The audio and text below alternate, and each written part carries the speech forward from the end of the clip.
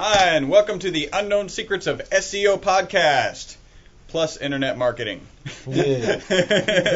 My name is Chris Burris, owner of E-Webstyle. Charles Lewis, your internet marketing specialist. Welcome to another fun-filled edition of our SEO podcast. We are the most popular SEO podcast on iTunes. There we go. Was that redundant? Did that just sound... I was just trying to catch you. I thought you was dropping it. Am I right? And that's because of you. Because of you, and all y'all who may be watching or listening right now. Do not forget, we are your friendly local neighborhood top position snatchers. Yes, sir. Where our mantra is... Don't be a douche. Don't be a douche. That's not cool. And that references a podcast long ago. This is podcast number 130. As always... Yeah, we missed a couple weeks there. Sorry about that. We're back on track. This podcast is actually going to be the 2011 SEO year in review. Doesn't that just sounds exciting? That's a lot. It sounds exciting to people who are interested in it. Absolutely. That goes without saying.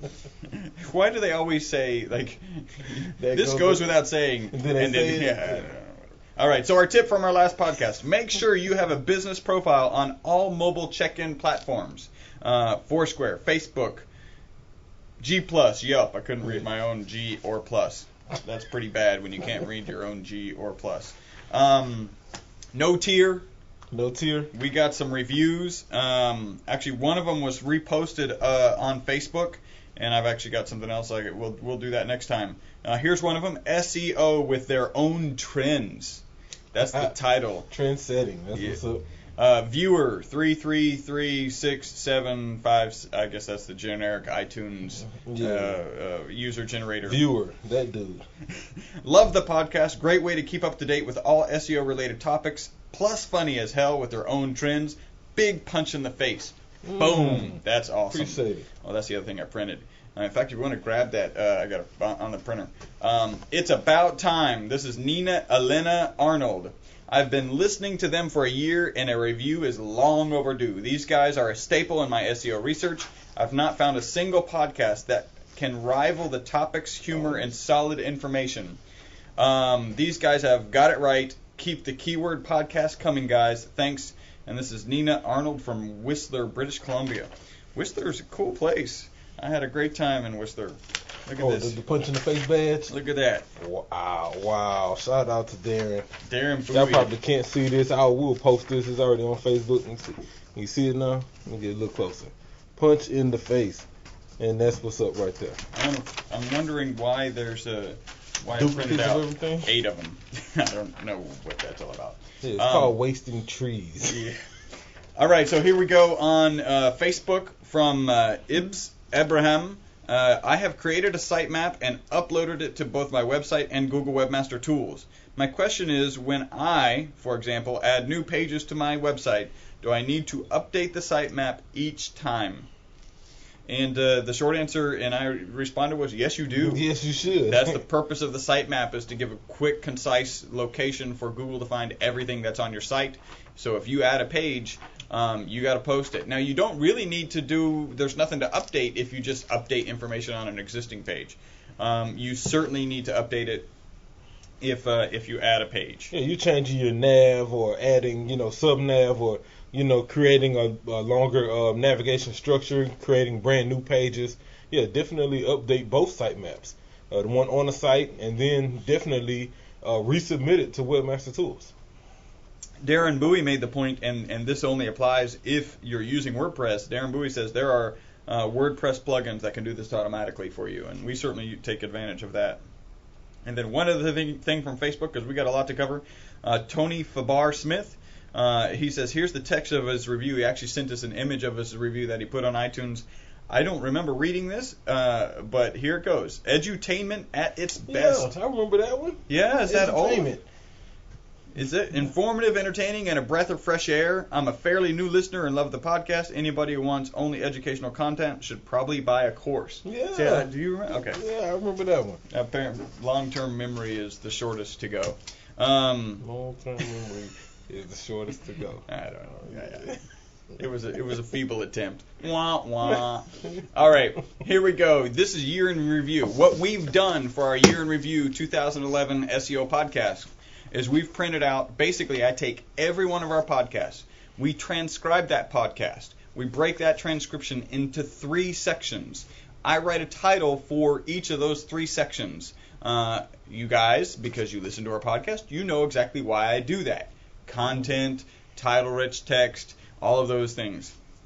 We are practicing about 90% of what we preach on our own podcast. The rest is laziness and we're actually taking care of clients, not ourselves. So all I've done is literally printed out the title. And you can imagine those titles, I'm focused on keyword-rich titles that could get people to our podcast. The reality is people probably aren't going to read our transcript. I mean, it's awkward to read a transcript. We're in the process of actually now converting that transcript into a newsletter and sending out the newsletter. So that would be something that people might actually read. We don't expect them to read the transcript. So these titles are going to be interesting, and we're going to go right on through these from the first podcast that we did in 2011, which was how to build inbound links for SEO. Yep. How do you build inbound links for SEO? Short version, first off, social. Definitely do some social with links coming to your site. The best example would be is great content. As long as you have great content that people want to view, then people will link to you. And link bait. Yeah. Write good articles. Yeah. I think or I've got an idea for building inbound links. I don't know, have a podcast. I think we get a lot of inbound links. I haven't even looked that up. I'm sure we got a bunch. So this is the same podcast. Next title, Mobile Search Stats SEO. Take it away, Chuck. No, I believe that's when we were talking about that you're now able to look at the search statistics for mobile, and what the reality is that they're going up, and so the ratio from, and in fact I thought this was fascinating. This podcast is going to get really long because we just have a lot to say about everything. It was fascinating that the statistics say that mobile devices, their usage is going up, and the majority of the usage of the mobile devices is actually on a static IP. Right? So I have a T-Mobile phone. I'm sitting in front of my TV using my Wi-Fi because I don't want to use my T-Mobile phone bandwidth, or my T-Mobile phone bandwidth sucks, whatever. Nothing against T-Mobile. We use Sprint here. So they're actually, sitting in front of the TV, Googling stuff, texting, using the web from the local IP address. So it's not just a mobile thing. You've got to have a mobile site that accommodates to people who are lazy. Yeah, they don't want to walk over to the computer. They don't want to turn it on. I tell you what, I just got an iPad, and I do things on the iPad that I can't do with a laptop. Like, oh, okay, now I got to fire up my laptop. 5 minutes later, I'm going to do something and leave. Boop, with an iPad or even your mobile phone, button on, send text, send email, done. So I think some of the stats that stood out to me was, I remember looking at numbers where mobile e-commerce was going up. A lot of people were spending more money and finding better ways to do it, from their phone rather than sitting at the computer. Next is Angie's List and SEO. So Angie's List, as you may or may not know, is a heavily advertised and a high-quality review site for services, plumbing services, siding services, whatever it may be. Because they're so predominant, because they're such a large website, make sure you have a listing. The listings there are free. Yeah. If you're a service provider, submit the Angie's List, and indirectly, I believe you get some sort of juice back from it. Yep. Even though it may be a no-follow, we just don't believe that no-follow means no-follow. There we go. Just making my notes so I go the right way. All right. Next, we have from podcast, skip that one because that's a technical one. We also post technical stuff on our podcast, so this one wouldn't apply. Geographic location and SEO. Yeah, definitely, especially if you're a local business, include your location wherever you're at. I mean, if you're, for 2 reasons. One, so people will know. Secondly, so it can be indexed and Google local places can have access to it. I believe that's what we were talking about on this one. Yeah, well, it's really this year that Google's blending of local position and really taking advantage of the fact that it knows where you're at to incorporate that into search even if you don't. So for instance, if I'm in Houston and I type plumber, it knows I'm in Houston. It knows I'm looking for a plumber, so it'll actually show me Houston plumbers. It weighs that. It adds Houston to the weight, even though you didn't search for it. So that's really become big this year, probably half of last year. So this was us talking about that. Key Google local factors and SEO. So we were definitely talking about Google local and that. Yeah. Local factors, I think, for Google, we're talking about, setting up your Google Places page and how to do that right. And some of the factors that Google is looking for. One, have a local, we weren't given instructions on how to set up Google local. It was more some of the factors to get ranked locally. And it's, have a local address. Not a P.O. boxes won't work. A local phone number. If you're in Houston, then you should have 713-281. Or even 832, and not necessarily the 1-800. Right. And so I think it's that sort of thing are those factors that Google is looking for to rank you locally. Well, and we also made the comment that the local phone number really is about, a lot of people are looking for local service. They don't want, they kind of, we've had lots of discussions lately at our office about directories, and they kind of don't want to call this 800 number. That's a national directory for ARSS or whatever the plumbing service. They want to use, Joe the plumber. Joe the plumber. Web design and SEO. Gee, I wonder why I used that. Houston. Link juice. If I'm smart, in that blog post, I've actually got links to our home page and to our web design page and to our SEO page. Exactly. And the anchor text would be Web Design Houston and SEO Houston. I'm pretty sure I went in and do that. That's one of the reasons it takes me a long time to post a podcast is I'm trying to get all of those little details. Frankly, we say this time and time again, you really want your web design company to be your SEO company. Yeah. Because that way they can work seamlessly. And if, you're creating landing pages and you're doing other things of that nature, you need the company who's handling your marketing to have that flexibility to make changes on the site at will without necessarily dealing with a third party or someone who just may not be up on the latest technology that you need. We find that when we're working on somebody else's website, there's just a kind of an inherent slowness, and that's sometimes even when clients give it to us. So we really do like to start from scratch. We will work with somebody else. It just seems to be a little bit slower process because we're a little leery about, as we should be, about changing the design of the website. Now, I would make this point. How nice is it to pick up the phone and make one phone call to your internet marketing company, not one to your web and not to your internet marketing company, but one call that says, hey, you made me a website, you're sending it traffic, I see your reports, you're proving it, now get me business, right? Because at the end of the day, that's what we're responsible for, because we take care of your website, because we take care of your internet marketing. Yes, we can get lots of traffic there, and then we also know what to do to make sure that traffic closes. If you want a little confidence that we do know what we're doing, go to our website, submit a website analysis form, and also check out our Unknown Secrets of SEO Website Analysis podcast, which is a video podcast of us analyzing other websites. You talked about that phone call. How great would it be to get a phone call that says, we want to make this change to bring you more business, and therefore we're going to change this in your marketing and make these changes on your site. Even though you've been performing well and better than when we started, we want to improve it because we know we can. Google Local Places Optimization. Great title. This is where we talked about, how to optimize your local places page. Standard stuff. 5 videos, 10 photos. Fill out all the categories, payment types, address. Make sure your hours of operation. But all of that's relatively easy. The hardest part to optimize your Google Local Places page is reviews. Yep.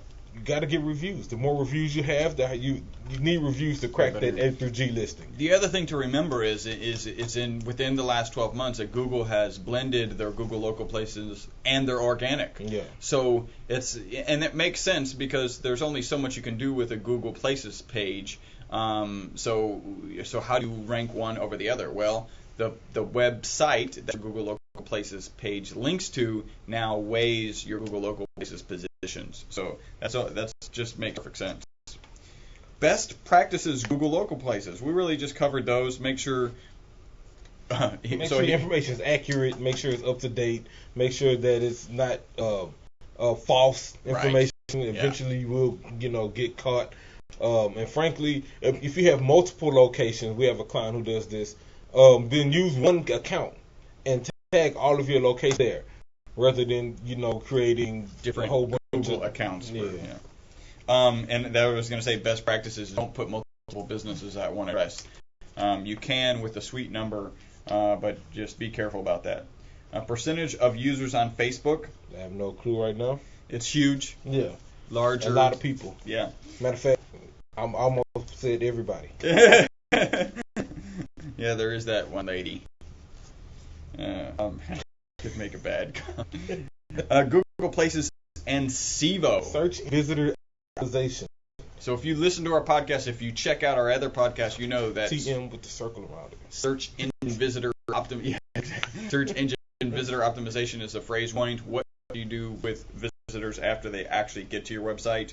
And this is really talking about a blend of even in Google Local Places. Make sure that you've got calls to action. Yes. Make sure that you've got offers, unique selling propositions, those kinds of things.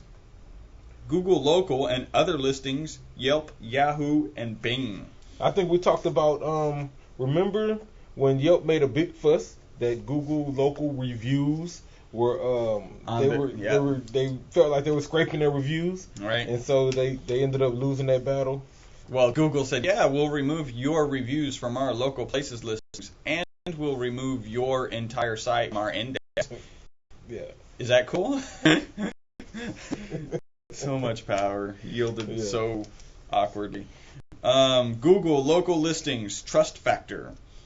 Yeah, well, they're looking for trust. We're talking about local listings, right? So if you're searching for a Houston plumber and you get several things of plumbers, which one Google is going to rank? Which one has the most links, the most reviews, that seem to have the most trust are ranking? If you have incoming links and these links have nothing to do with plumbing or anything of that nature, then they may not trust you as much, and so you may not get the ranking that you want. So I think we need a Google Local Places page on our website. Definitely. Right? And we don't have it. This is just kind of a comment how we think about our processes, because I'm looking at 6 podcasts about places. Titles are Google Local Places, and really those transcripts should have links in them going to a main page that is Google Local Places, and we don't have that yet. So that's on our list now. Well, and frankly, there are people out there who need help with local places. Exactly. So we create that page, post these links, and the corresponding videos for that matter. Yeah. That's from podcast 94. Yep. Then we can provide some assistance to some people. Well, and one of the things that I totally lost that train of thought, so we're going to go on to the next podcast, 95th. I admit it, you just go on. There are just days when that happens. Google Local Places off-page criteria. So this is where we talk about the fact that your social page linked to from your the page actually that you link to from your Google's listing is very important. Recently you link to from your places. Okay, yeah. I'm with you. Recently people made a change to their PPC algorithm, giving more importance to better designed and implemented web pages. So if you're landing from your pay-per-click ad, it doesn't have good SEO on it, then they're going to charge you more actually. Yeah, your quality score will go down. So the same thing is true for Google Local Pages off page. And then we talked about compliance. We were just talking about this. We had challenges with frankly, especially if you're doing well with your Google Local Places, we tend to just not want to touch them. If they fall off, we'll fix them, bring them back. I think they're still really doing some tweaking on that algorithm. We had one client, we were trying to work with the doctors at the clinic and the clinic and put them all together, and it totally backfired on us. We weren't doing anything that wasn't out there already in Google Local Places, but Google didn't like it when we did it. It was okay when their automatic engine did it. So be careful with your Google local places listing. The last thing you want to do is have it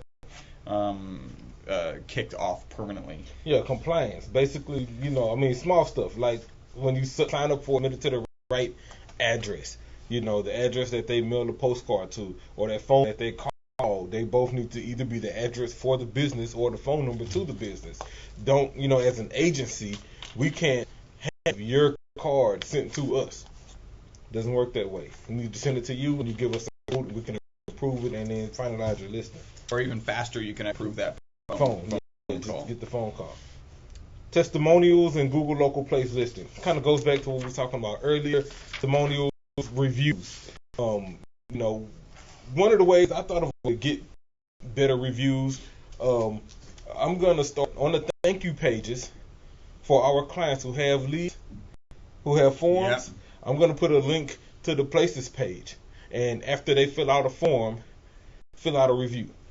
Then I told one of our clients, when they send a follow-up email after they've provided service, include a link to the places page and ask for the review. Yep. Because again, it takes those testimonials, it takes those reviews to move your Google Places page up.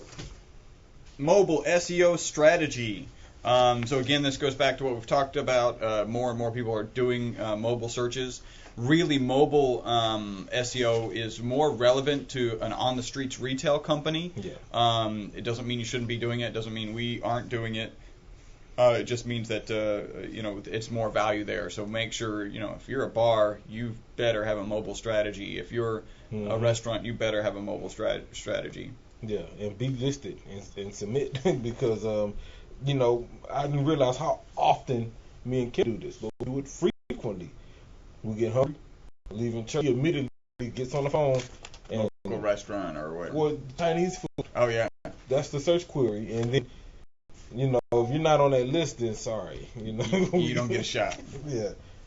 Alt tags, SEO, and SEO. Tremendous titles. I do a pretty good job with our titles. I'll be honest. Sometimes they barely have anything to do with that section. And you guys understand. You hear that from us.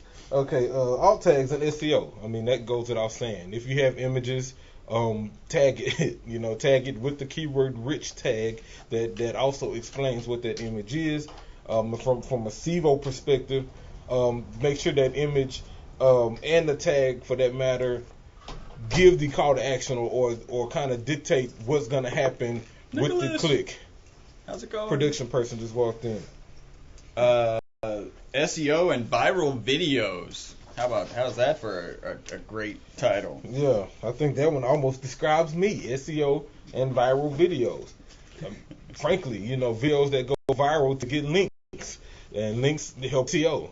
I mean, this is not brain. Yeah, it's not rocket science or brain surgery. Yeah. Oh, here we go. Epic SEO rap battle. The SEO rapper and PPC MC. By the way, that title I think came from Darren Bowie. Oh yeah, because he created whole that page and everything. Punch the face to Darren. And I forgot that happened this year, right? Wow. Yeah, I went to Florida, battled Aaron Goldman. Shout out to Aaron Goldman, man. Went out there, destroyed him. Also, we did a series of web rap battles, SEO rapper versus PPCMC, and just a lot of fun, very entertaining. But yeah, killed them. So yeah, that was good. That was a lot of fun. That was exciting. When you came to the office, like, oh man, he put a reply, and I put something together last night, and here it is. It was awesome. Google Boost organic search results. All right, so these are a little conflictory because Google Boost is actually no longer exists. Yeah. I wonder when this was. 97. So this, and we're on 130. So there had to be summertime, maybe. I don't have the dates on there either. Yeah. So really, Google Boost was this opportunity when you look at your local places, you could start marketing your local places. And what Google actually intelligently did is said, let me just take advantage of our AdWords program, and I'll just make an automated system based on the categories that you select. It came up with there were some issues. I remember specifically, like, I didn't want to be displayed for marketing. Yeah. You know, SEO marketing or internet marketing is okay. Marketing in general is not a term that I wanted to pay for. Yeah, and we couldn't control The keywords that they were keywords. showing us for. Yeah, you can look it up in your AdWords campaign and see it there. You just can't make any changes. So I thought that was pretty good. Now, organic search results, obviously, we're weighing, and what we tend to recommend is you should do both PPC and organic SEO. In fact, we read an article the other day. A guy just did a test, shut off his PPC, and a week later, with statistics, turned it back on. Social media, doctors and attorneys. Doctors and attorneys tend to have a lot of value. Their pay-per-clicks tend to be more expensive. They tend to have more money to invest in SEO, so the competition in those arenas is better. By the way, I just want to mention this, kind of a bragging point for us. If you Google SEO Houston, Internet Marketing Houston, Website Marketing Houston, Web Marketing Houston, PPC Houston, Pay-per-click Houston, and I may have said this one already, Online Marketing Houston. I think I said that one already. We're the only company that's on the first page of Google for all those terms. Other companies may be on one or two, not all of them. So that's just a good example of us going against our competition in the fourth largest city in the country, in the U.S. Just as a testimonial, we do know what we're doing. Doctors and attorneys are competitive, right? Because they've got the money to hire us. And frankly, I believe this is probably true. There are some better SEOers than some of the people on the first page who just don't spend time on their own site. Yeah. I know for a long time we didn't, because we were just too busy, and we're in the process of some growing pains. And so you kind of know you need to work on it. It's kind of like a mechanic who drives the car that makes all the loud noises. Like the barber with the bad haircut. Yep. He doesn't get paid to cut his own hair. So there are probably better SEOers out there that aren't on the first page, and they're working on doctors and attorneys because they're making good salaries doing that. We talked about social media, doctors and attorneys. To it, yeah. And I think, one of the key things for doctors, attorneys, and any of those high, accountants and people in that sort of dry sort of industry, social media can be a boost. If you're a doctor, post tips, how to prevent the flu, help with the cold, things like that. If you're an attorney, give some all little tips that may in return help you gain followers, get likes, and things of that nature. All right, here we go. Podcast number 98. Title was Mobile SEO, BlackBerry, Android, and iPhone.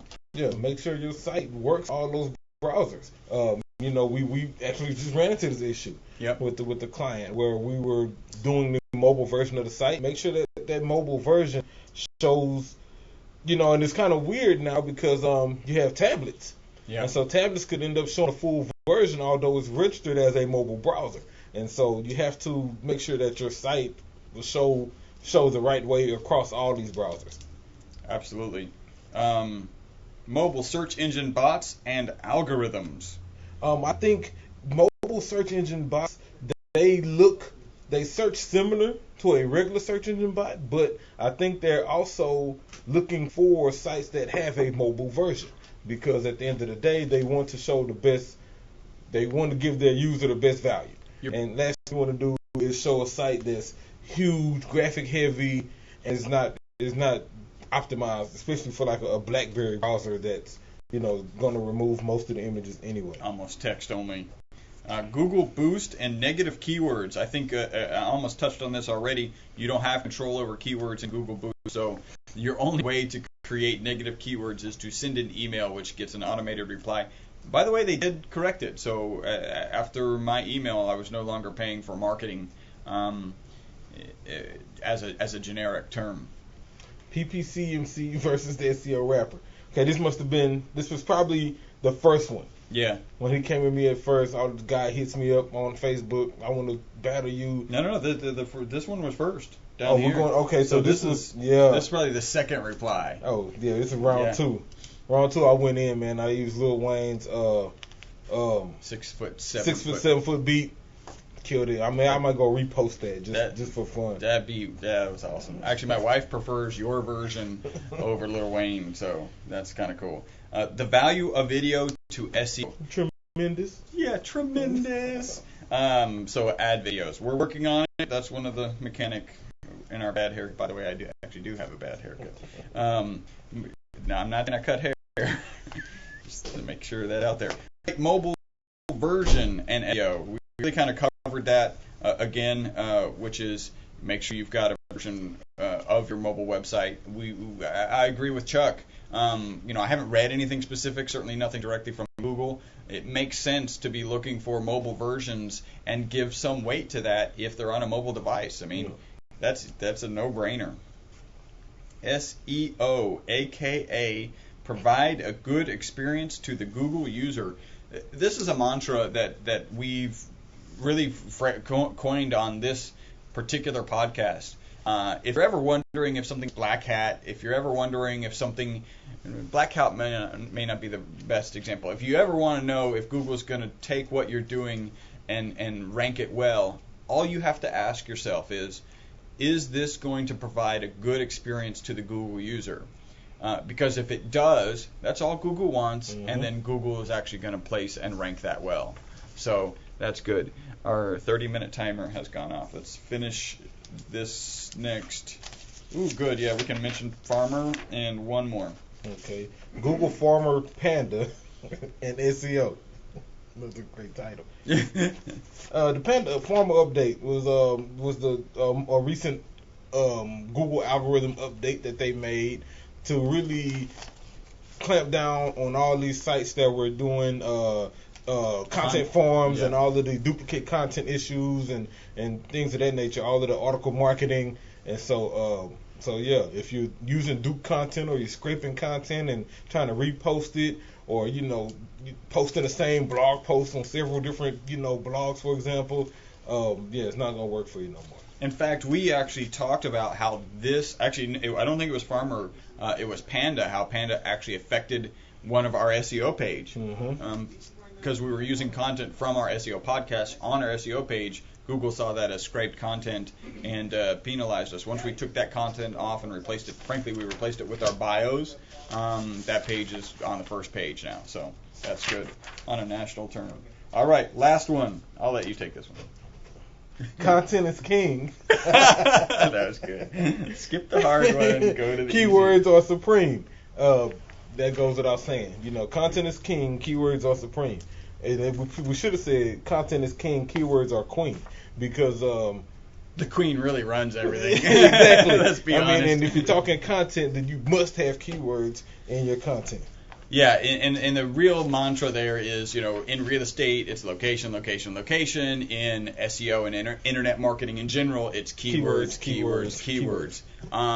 Excellent. Do we have any blank? We got a blank stare. We got a blank stare. Right. Good. Yeah. That was pretty blank. Yeah, I might have blinked. I was close. So today's blank stare, ladies and gentlemen, is at Alec Baldwin.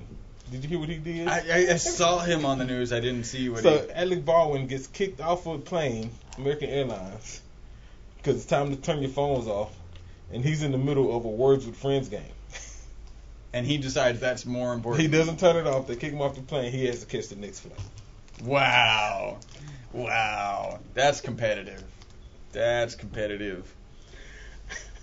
I know. Like, what word were you in the middle of? Yeah, that's crazy. So I've played soccer on pickup games where I swear the people in the game believe they're playing the World Cup. And I'm like, I believe you should be passionate about everything you do, and you should realize where you're really at, because you are not on a World Cup stage, and you don't have the right to bitch at me, the guy who, frankly, in this one scenario I'm remembering, probably made the best through ball to you of the game, right? So you're complaining. It was bizarre. It was funny. Anyway, all right. You have been listening to the most popular SEO podcast on iTunes. That is because of you. You over there. You sitting right there watching right now, and you who's probably going to listen to this tomorrow. And we don't forget, you can contact us at facebook.com/E-Webstyle. Twitter.com/ E-Webstyle. YouTube.com. What? Come on, you supposed to say slash. You messed Oh, up. just slash. E-Webstyle. Totally coordinated. Podcasts at E-Webstyle.com. By the way, that last one was an email address. You guys feel free to email us. Go on to our website, e-webstyle.com. Fill out the form, website analysis. We're actually going to do a bunch of them today because we've fallen behind. Sorry to those we fell behind. This has been issue 1 of our 2011 SEO podcast year in review. Thank you, and until next time, bye-bye. Deuces.